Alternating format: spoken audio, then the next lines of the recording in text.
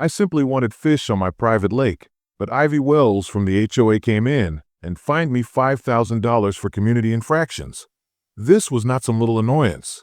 It was the opening shot in an odd neighborhood drama that would turn Willowbrook Estates upside down, suddenly under assault by a woman using communal rules, like a personal monarchy. My house was my refuge. She seemed to feel her big pearl necklace gave her control over everything, including my private lake. This was a struggle for the very soul of personal freedom against an entitled despot, not only about a fishing club. You understand if you have ever had someone set what you are and cannot do on your own territory. What most ridiculous requirement your HOA has ever made? Leave a note below. I would be happy to hear your tales. Dean Carter is my name, and I own a little lake ranch on the borders of what used to be a quiet neighborhood known as Willowbrook Estate. Imagine this: emerald grass waving in the breeze around the beach, crystal clean water covering 2 acres, bass and bluegill darting beneath the surface like living jewels. This kind of place causes one to forget that the world exists. 3 years ago, I purchased this undeveloped land from which I turned my savings into a modest aquaculture business. Honestly, it was my slice of heaven. I would invite my friend Kevin Edwards and perhaps 2 or 3 other neighbors over every weekend for some laid-back fishing, nice beers, and great talk. Nothing fancy, simply men enjoying what nature had to give. Evan was a straightforward local mechanic who hates pretentious people with a passion and fixes cars. Then Ivy Wells transpired. Imagine a 38-year-old woman wearing a floral dress screaming, "I demand to speak to your manager," with shoes clicking like a countdown timer to doom and an oversized pearl necklace. One Saturday morning, when Kevin and I were preparing our fishing rods, she knocked on my door, her face contorted in that particular brand of righteous wrath only experienced by someone designated as neighborhood police. Mr. Speaking with a false friendliness, Carter added, "I'm here on behalf of the Landscape Preservation Committee of the Homeowners Association. Several people have complained about your little fishing club here." She pointed accusingly with her finger, curling her lip in disgust as she indicated toward my lake, like it were a poisonous waste dump. "This illegal leisure activity is ruining the immaculate water features of our town and making an ugly sight for families with young children." I looked at her, actually perplexed. "Ma'am, this belongs to me personally. I purchased this ground, created this lake, and stock it with my own aquatic life. How precisely is fishing on my own land a transgression of anything?" Still carrying his tackle box, Kevin stood up next to me, and I could see him chewing back a laugh at the ridiculousness of the circumstances. Ivy drew an official-looking document with theatrical flair from her luxury pocketbook, her eyes narrowing into sharp slits.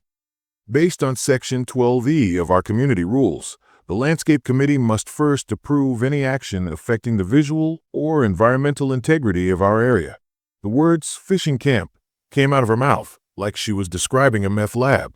"Your fishing club was never allowed, and frankly, it's turning our lovely community into some sort of fishing camp." Kevin laughed and snorted since he could no longer control it. "Lady, you understand fishing is just another outdoor hobby? Not exactly a crime against humanity."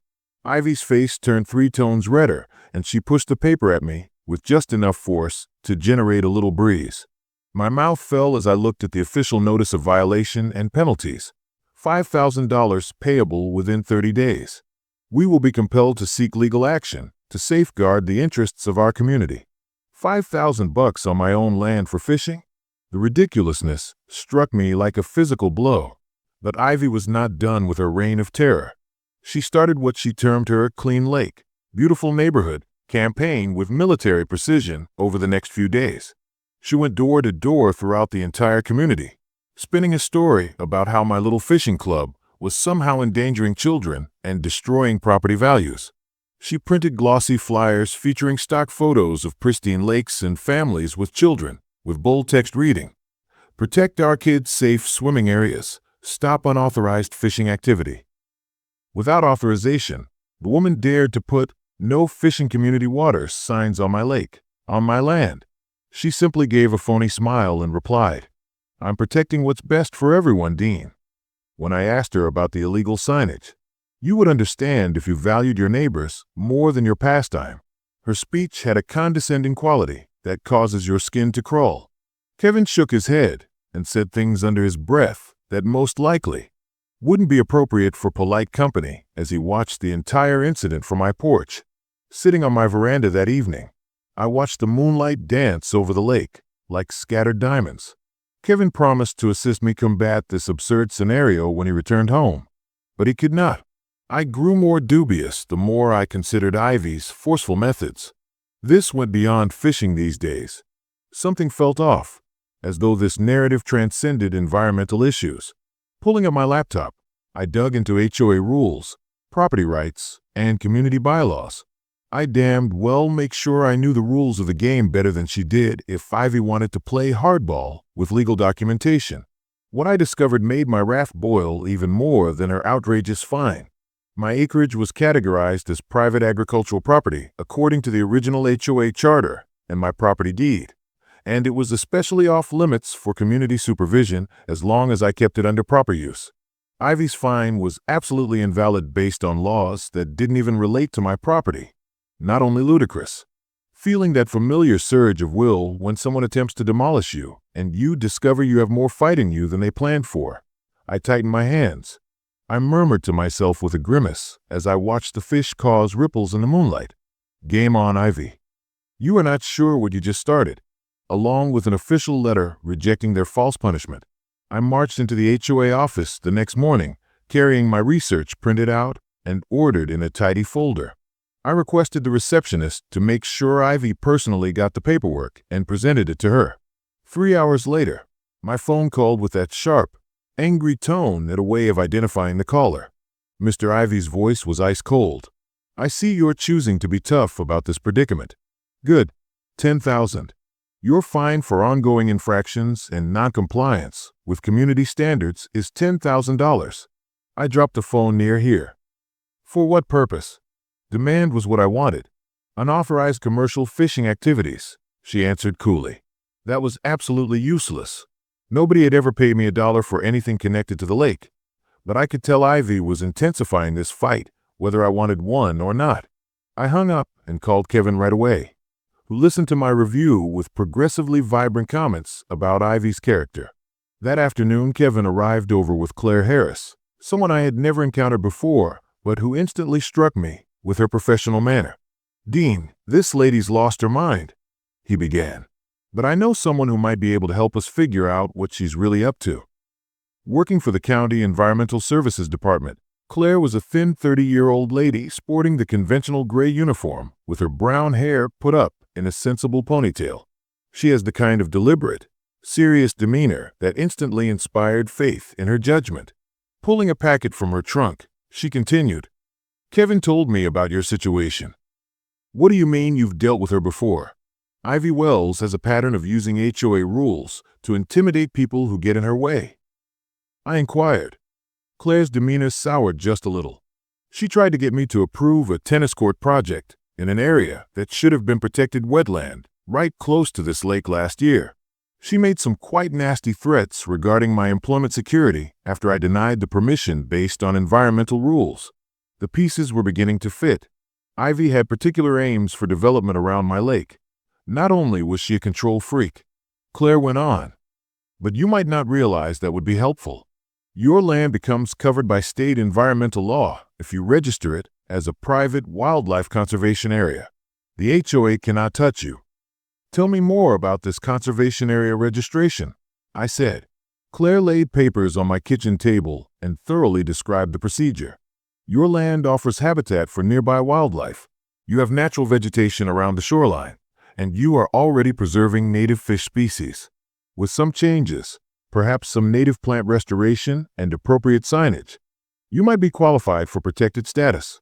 Once it's official, no HOA in the nation may supersede environmental protection regulations." Kevin laughed and slapped my shoulder like we were ready to give Ivy a taste of her own medicine. Except this time, we would be using actual laws instead of invented HOA garbage.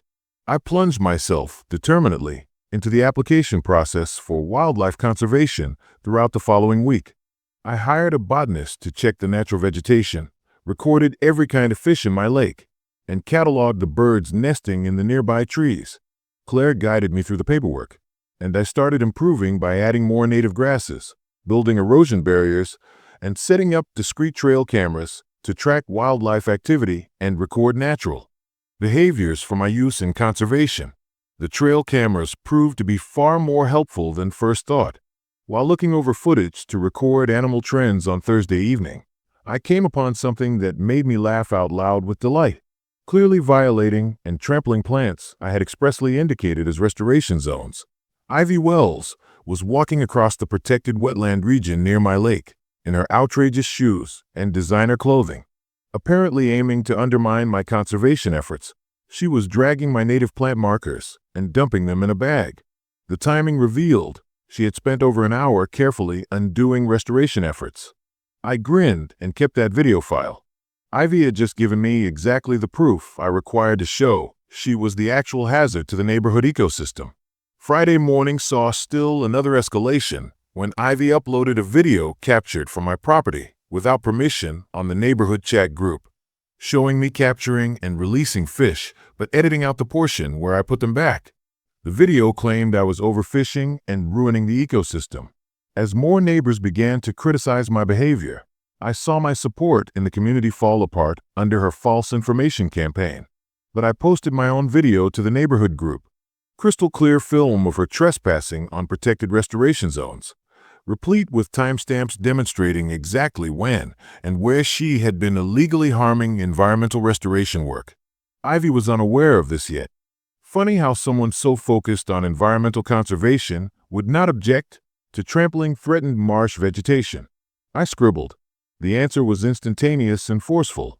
Neighbors who had been disparaging me suddenly asked sharp questions about Ivy's actual intentions, complete with official signage. Public wildlife conservation area. Authorized personnel only. No HOA access. I hired a contractor the next day to install a steel fence around the whole lake perimeter. When Ivy saw the fence going up, she stormed over like a woman possessed, her face red with rage. "You are not able to accomplish this," she screamed, pointing at the fence posts. "Community property is this." From where I was helping to install the final post, I looked up, cleaned my hands on my pants, and offered her my quietest grin. "Actually, Ivy, this is private land about to be under state environmental control. Before you threaten, you might want to review your facts." She stood there sputtering while her face swung across many crimson tones. At last she could choke out, "This isn't over, Dean Carter." Claire dropped by that evening to see the fence installation under progress. She had that look folks get when she was clutching a manila folder preparing to break quite excellent news. Settling into a chair on my porch, she remarked, "I have something that will make Ivy stay away from this lake for good." "Want to know what it is?" Curious, I leaned forward. Fish were sometimes jumping as the lake opened out in front of us, absolutely serene in the dusk light. Whatever Claire had in mind, I sensed Ivy Wells was going to discover that her biggest error had been tampering with her lake. 2 weeks later, official state approval for my wildlife protection area came. I commemorated it by organizing a free community event called the Lake Ecosystem Education Class, whereby families could learn about nearby fish species and environmental care. Kevin helped me arrange foldable seats, while Claire worked on instructional materials. Many families with children arrived as the rising sun turned the lake into liquid gold. The fish identification charts and little aquarium Claire had set up with local species captivated the youngsters. Claire remarked something casually in class that helped me to better understand our situation. "You know, it's interesting how passionate people can get about environmental protection when it suits their agenda," she stated to the group. "For example, I recall last summer when a certain HOA representative personally threatened me since I would not permit a tennis court development close to this specific lake. She was clearly referring to Ivy, but did it in front of the entire group without calling names. They warned they would ensure I lost my job should I fail to rubber stamp their permission application. Environmental rules apparently only count when they can be weapons. After everyone had left and Kevin had helped me tidy, that evening I was sitting by the lake throwing stones into the water and observing the ripples travel outward. I started to mistrust things for the first time since this catastrophe began. Was I applying too much effort? Was I developing the kind of person who escalates every argument until someone suffers? The lake reflected the final rays of sunlight, and typically the soft lapping of waves would help me relax. Now I felt hollow and doubtful. Perhaps Ivy was simply a power trip control freak, and I was exaggerating. More than necessary. Perhaps I ought to have simply paid the original fine and avoided all this trouble. My self-doubt passed quickly since Monday morning revealed nasty tactics, proving Ivy was prepared to go to any means to succeed. Someone had been photographing my property once more, allegedly catching me illegally tossing trash into the lake. The video appeared in the neighborhood discussion group behind dramatic subtitles about environmental damage. According to the video, someone wearing a baseball cap and flannel shirt, like what I typically wore, was dropping trash bags into the lake close to my dock. The build was wrong, the walk was wrong, and I had security cameras showing I was in town at the precise moment the dumping allegedly occurred. That afternoon, I methodically, patiently went over my surveillance footage. Even greater than what I had hoped was what I found. The same person who had been trash dumping in Ivy's video showed up in a sedan sporting clearly empty garbage bags loaded with lightweight items. He gave his little performance for roughly 10 minutes, then gathered everything and left. Better still, my camera showed him stopping in front of my property line to chat to someone in a white SUV. Someone whose unique blonde hair seemed quite familiar. Feeling that flush of gratification when someone offers you the proof to discredit someone, I instantly saved the video. I had another instructional session the following day, this one emphasizing media literacy and environmental claims. We're going to learn today how false information might compromise actual conservation efforts. I said, let's look at this video that our community group recently posted. I said, first showing Ivy's fake footage, and then quickly followed it with security camera footage showing the same person orchestrating the entire event. The contradiction was terrible. People gasping when realizing they had been totally controlled might be heard. Kevin couldn't resist adding his own analysis. So, we have someone hiring actors to pretend to commit environmental crimes, then trying to pin them on the guy who's really preserving the lake. Right there is some next-level lunacy. Knowing the truth would travel quicker than Ivy's lies ever had. Several neighbors grabbed out their phones to videotape my presentation. The true surprise, though, came when I opened my laptop to show them still another piece of proof. Oh, and here's something especially interesting, I remarked. I brought up my laptop screen so everyone could view an email conversation between Ivy and someone talking about following the script correctly. Yesterday, I unintentionally received this email instead of its intended recipient. Signing the email under Ivy's full name and HOA title, it was virtually a written confession to conspiracy and fraud. As people came to understand the whole extent of what had been done to them, the room burst in enraged voices. Parents were incensed that someone had been fabricating claims about environmental safety close to their children, and everyone was eager to learn what other falsehoods they had been taught. I noticed Claire as people flowed out, shaking their heads and murmuring about resignations and investigations. She was smiling as though she had just seen her preferred team score the winning touchdown. She uttered a whisper. She just handed you the winning card from the reserve. Nobody would then have questioned my right to guard this area. Looking out at my lake, where the sunset light was rendering everything in tones of gold and amber, I felt the familiar surge of what combined with something that felt like justice at last getting its day. Ivy Wells had tried to ruin my reputation by lies and deception, but instead she had undermined her own credibility and given me all I needed to always guard my lake. I was just starting. The community was at last recognizing the truth. The conservation area was official. Within hours following my media literacy presentation, Ivy responded with a frantic action that revealed how cornered she felt. She uploaded clearly altered pictures, claiming to show me unlawfully stealing fish from the wildlife conservation area in the neighborhood group. The images were obviously edited. They showed someone fishing from my dock, but the person's face was deftly hidden, and the timestamp had been sloppily changed to indicate dates following the establishment of the conservation area. This man believes environmental protection rules apply nowhere to him. Her tweet said, "How can we believe someone who violates the exact guidelines he advocates?" The answer was harsh and quick, precisely what Ivy had been depending on. Those neighbors who hadn't seen my lectures began avoiding eye contact, and someone dropped a nasty note on my mailbox labeling me a phony and a poacher. Two families who had brought their children to my classes left notes stating they would not be attending any longer since they did not want to be connected with unlawful activity. As I went over the comments, seeing her manipulation of those who wanted to believe the worst about me, I felt my shoulders sag. At that point, Claire arrived at my door carrying a manila folder and the kind of smile that typically indicates someone is about to receive just what they deserve. She asked, seated in a chair on my porch, "Remember how I mentioned that Ivy threatened me about that tennis court project last year? Well, I looked through my old permission records and personal pictures from last summer. Try to guess what I discovered?" She drew out a stack of pictures and laid them across the table like a poker player, showing a royal flush. These come from a special barbecue celebration held last 4th of July by Ivy. Note anything remarkable about the location? When I looked at the pictures, my jaw dropped. Ivy herself was dressed in red, white, and blue, leading what seemed to be a huge celebration straight on the edge of my lake. The same water she had been alleging needed protection from my fishing operations. The images were terrible.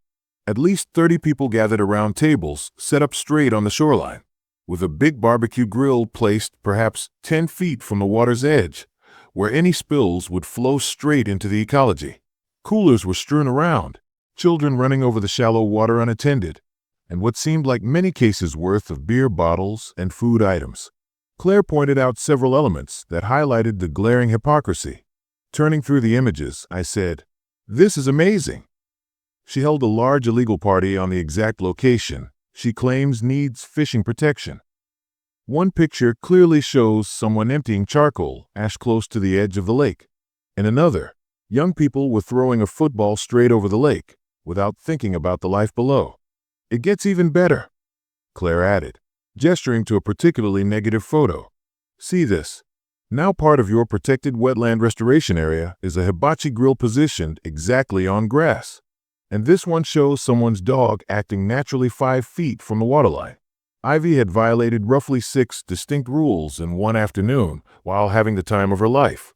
Her permit records showed none of this party activity was allowed by environmental services. That afternoon, I gave the local news station a call.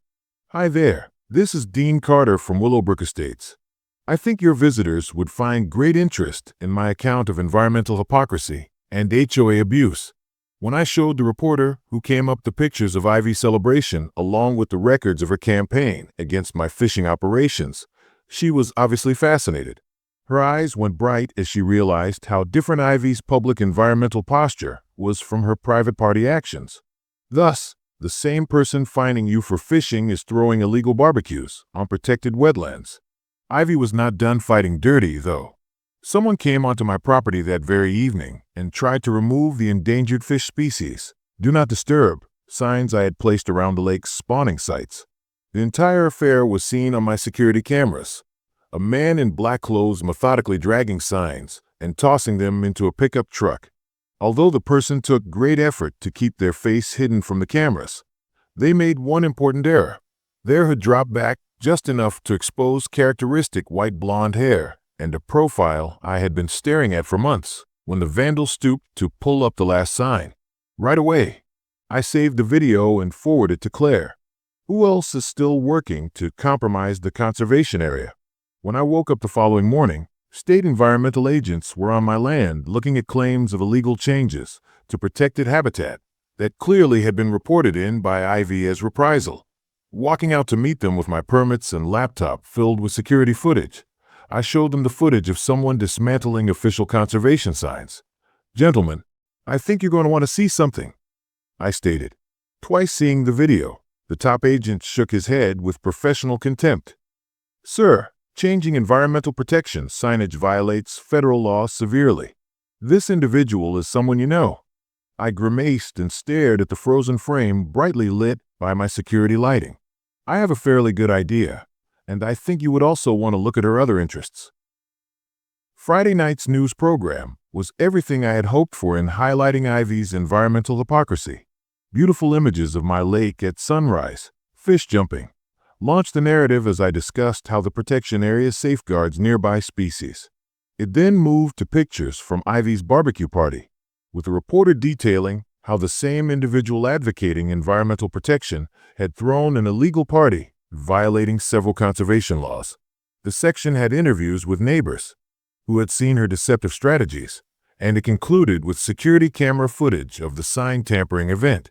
The real triumph, though, came the following morning when I answered a phone transforming everything. "Mr. Carter," the voice said, introducing itself as a State Environmental Services Department director. "I have been looking over your proposal for a conservation area and the most current events in your town. Your commitment to environmental protection really speaks to us. Hence, we would want to provide you with a state grant to help you to grow your initiatives." A grant. They were providing me real money to develop my weekend fishing location into a respectable teaching venue. We are discussing $15,000 to create a communal eco-garden, including improved animal observation sections, water quality testing stations, and native plant presentations. What I was hearing hardly seemed believable. Ivy had sought for me $5,000 for fishing, and now the government was paying me $15,000 to do exactly what I had been doing all along. I hung up the phone, then just sat in my kitchen for what felt like hours, gazing out at the lake that had nearly been snatched from me. I thought back to the night 3 weeks ago when I had nearly given up and had given careful thought to just pay Ivy's outrageous fine and permanently close the fishing club. I had even gone so far as writing the check, my hands quivering with defeat and tiredness. I had been ready to walk away from everything I had created here and bring up my fishing poles. But something deep inside me had refused to let her prevail, refused to allow corruption overcome moral standards. Sitting here with a state grant that would make my tiny lake permanent and significant, I understood I had created something that would outlast Ivy's plans as well as my own existence. I gave Kevin an instant call. "Dude, you're not going to believe this, but the state wants to give me money to expand the lake project into a real education center." Kevin laughed loud enough on the phone. "So the crazy HOA lady tried to fine you $5,000 for fishing, and now the government's giving you $15,000 to teach youngsters about nature. My friend, that kind of justice is something I can support."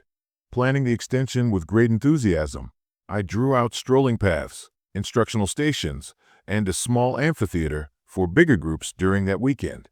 Inspired by excitement and the gratification of converting Ivy's attack into something actually good for the neighborhood, Claire stopped by to assist with planning, and we worked until nightfall. The grant would let me produce something with actual value for families that would survive all the HOA turmoil. Scheduled on the next Saturday, the formal reserve unveiling welcomed state officials, local media, and community people. That morning when I got up, my lake was just gorgeous.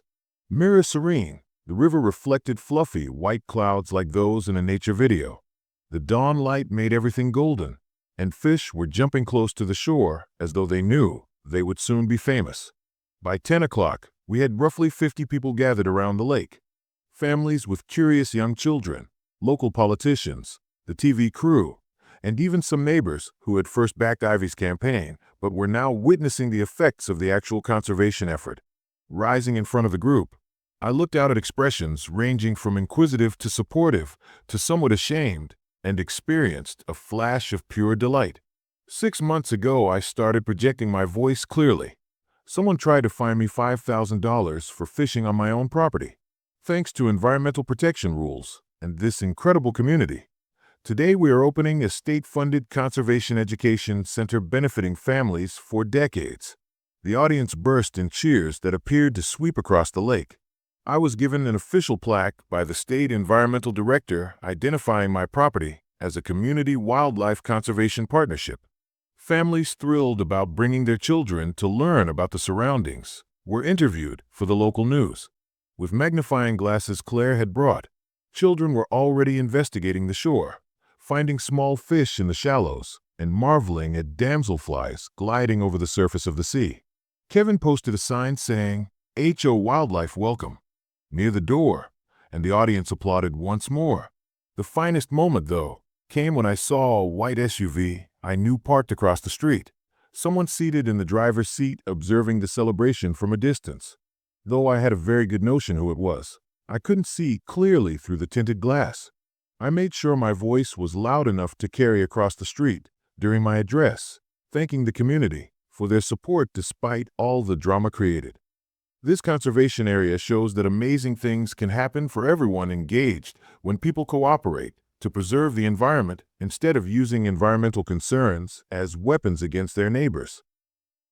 Before I completed my sentence, I saw the SUV leave and found myself smiling at the symbolism. Families stayed to see the sunset over the lake, and children exploring their parents to register for upcoming educational events carried on the joy into the evening. Claire drew me away with an envelope and an eager expression as the last guests were packing their seats. "This arrived at the Environmental Services office in today's mail," she continued, her eyes glistening with malice. "You will probably want to open it right away." Taking the envelope, I noted the State Attorney General's Environmental Crimes Division's return address.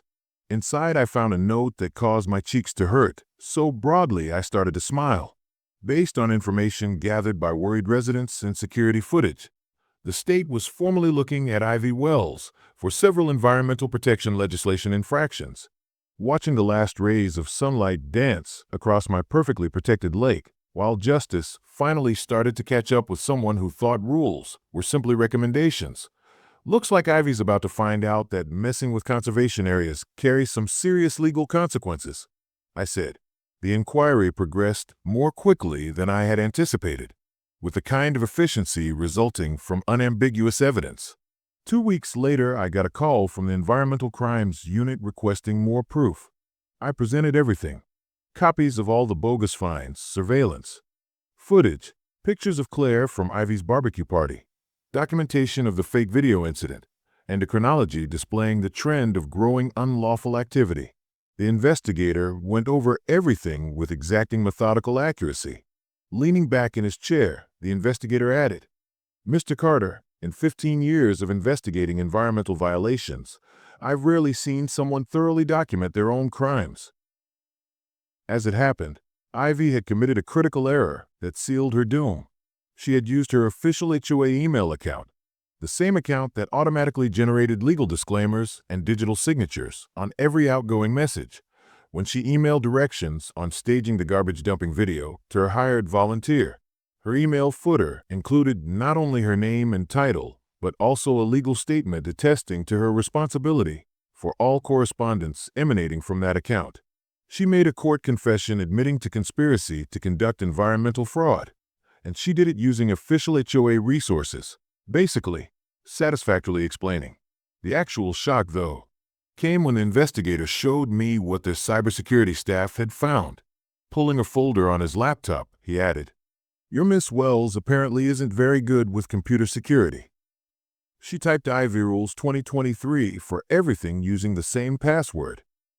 Legally, our tech crew was able to access her personal email account for the fraud investigation. What we saw there is really horrible. He turned the laptop toward me, and I saw hundreds of emails between local real estate developers and Ivy debating ideas that would cause my blood to freeze. With the casual tone of people talking about ordinary business, the emails discussed clearing the lake area for luxury waterfront construction and removing the current property owner through HOA enforcement activities. As I went through message after mail exposing the actual extent of what had been scheduled, my jaw dropped. Ivy had not at all been attempting environmental protection. She had been working with developers wishing to build luxury condos around the lake, purchase my land for a fraction of its worth, and create a gated community out of the entire area. Halfway through the third email, I stopped reading. My hands were genuinely shaking with anger, and I felt as though I may say something I would regret before a law enforcement officer. I said, walking outside the building to phone Kevin, "I need a minute." I simply needed to hear the voice of someone who knew me, someone who could verify that what I was seeing was genuine and not some delusional dream. I had no idea what I wanted to tell him. I said, "Kevin." When he picked up, "I think I need you to tell me I'm not losing my mind." As I described what I had recently found, he listened and responded exactly what I needed. "Dean, you are not insane. You are dealing with real criminals that felt they could pilfer your territory. Sometimes you just need someone to tell you that you are not the issue here. Further proof is not necessary. She's been planning this for over a year, the investigator said when I got back, skimming message after message recording the conspiracy. The environmental protection angle was just a handy justification for the harassment campaign meant to drive you into selling. There was enough proof to overwhelm me. Ivy's emails revealed her working with the handyman who had created a garbage dumping film, paying him $300 to look credible. She had also paid a video editor to adjust the phishing pictures, paying him a bonus should he be able to create the correct time frame. Worse still, the emails exposed her using her position as HOA president to scare other neighbors who might have backed me with fines should they fail to sign her petitions. One email chain revealed her boasting to the developers about how she had honed the craft of legal harassment and could make anyone's life miserable until they gave up and relocated. She was manipulating with amazing scope. She had converted environmental protection into a weapon meant especially to pilfer private property for corporate growth. The investigator handed me a folder containing the most damaging emails she printed. Ms. Wells will be arrested tomorrow morning on allegations of environmental fraud, conspiracy, harassment, and abuse of public trust. Furthermore, under consideration by the district attorney are extra charges pertaining to the harassment campaign and the use of falsified evidence in what amounts to attempted theft of private property. Glancing in the folder, I felt both real amazement at the extent of what had been scheduled and vindication. Though I had known Ivy was cunning, I had not recognized she was really running a criminal business meant to pilfer personal property. The arrest took place immediately in front of Ivy's house at 7:30 the next morning, where the entire community could witness exactly what happens to those who misuse positions of trust. Although I wasn't there physically, Kevin called me with play-by-play commentary. "Dean, they have her in handcuffs. Nobody is buying her yelling something about constitutional rights and community service. Oh wait, she is now sobbing. Indeed, I am crying right now." Arriving before the police vehicles had even left the area, the news teams by midday had the story all over local television and internet news sites. That afternoon, I got ready for what I knew would be a community meeting unlike any other Willowbrook Estates has seen. Every neighbor was scheduled to show up for an emergency session convened by the HOA board to handle recent events involving their president, including certain emails and the chronology of Ivy's illicit conduct. I loaded my laptop with all the proof the investigator had approved for public distribution. Knowing I had battled the appropriate struggle for the appropriate reasons, I felt great satisfaction as I drove to the community center and saw my lake in the rearview mirror, its surface absolutely serene in the late afternoon light. That evening, the community center was filled with neighbors seeking answers on the way their HOA president had been managing a criminal enterprise. As they struggled to keep the peace, while people yelled questions about fraud and corruption, the surviving board members were stunned.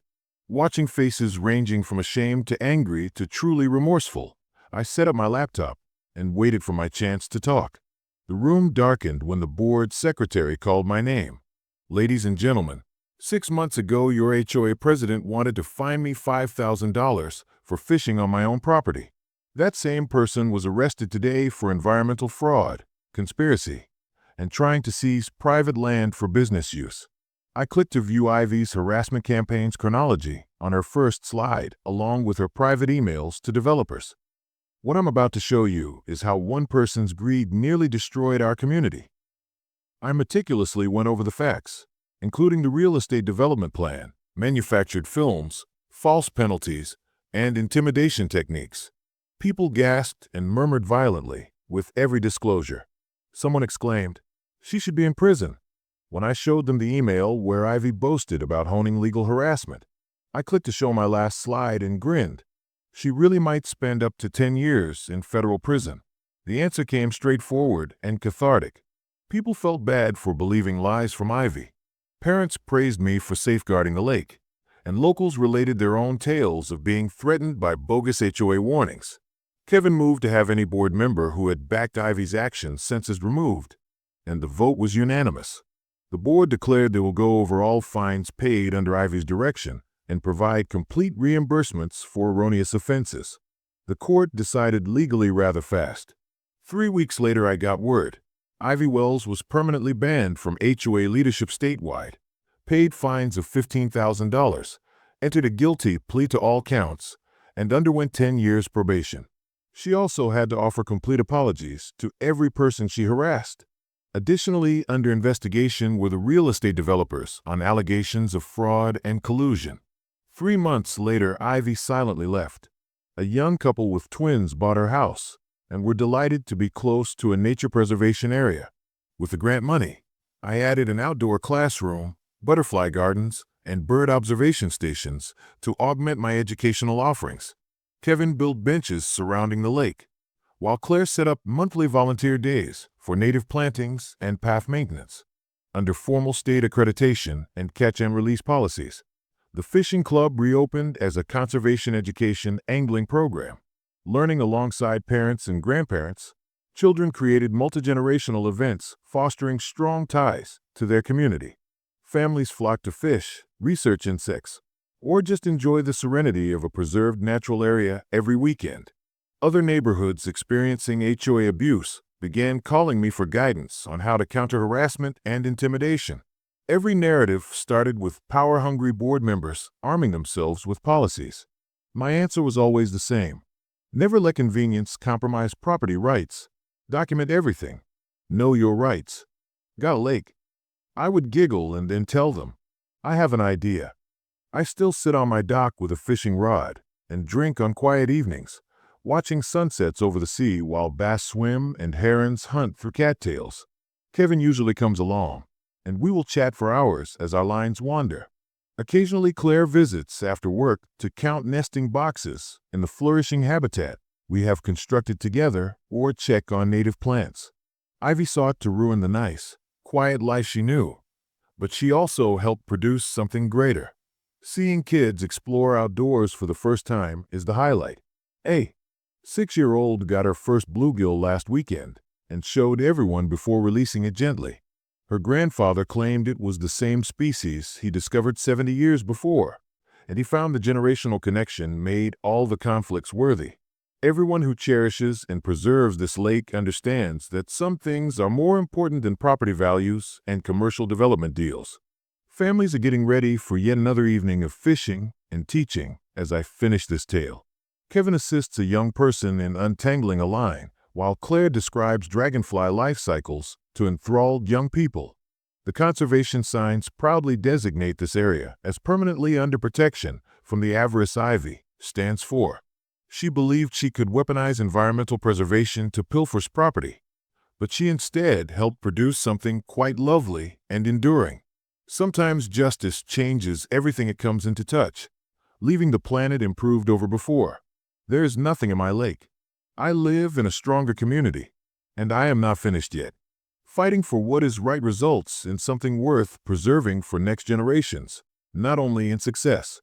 One of the local youngsters asked me last evening if I would still be here when they grew up and had children of their own. I was showing them how to tie appropriate fishing knots. I glanced about at these brilliant young faces, at the lake that had weathered everything Ivy could throw at it, at the conservation area that would outlast all of us, and I promised them something as strong as the pier underfoot. Watching their eyes sparkle with the type of hope that children possess, I said, if you kids grow up and still want fish here 20 years from now, I'll be right here waiting for you. I have a cooler full of cold beverages, a tackle box full of fresh bait, and a spot on this dock with your name written there. Neither am I nor this water, neither is moving. Their smiles revealed all I needed to know about the reasons this fight had been worth every sleepless night, every legal bill, and every moment of doubt. Certain promises are worth making for the next generation. Some things are always worth preserving. As HOA Journal, this is only one of many amazing stories.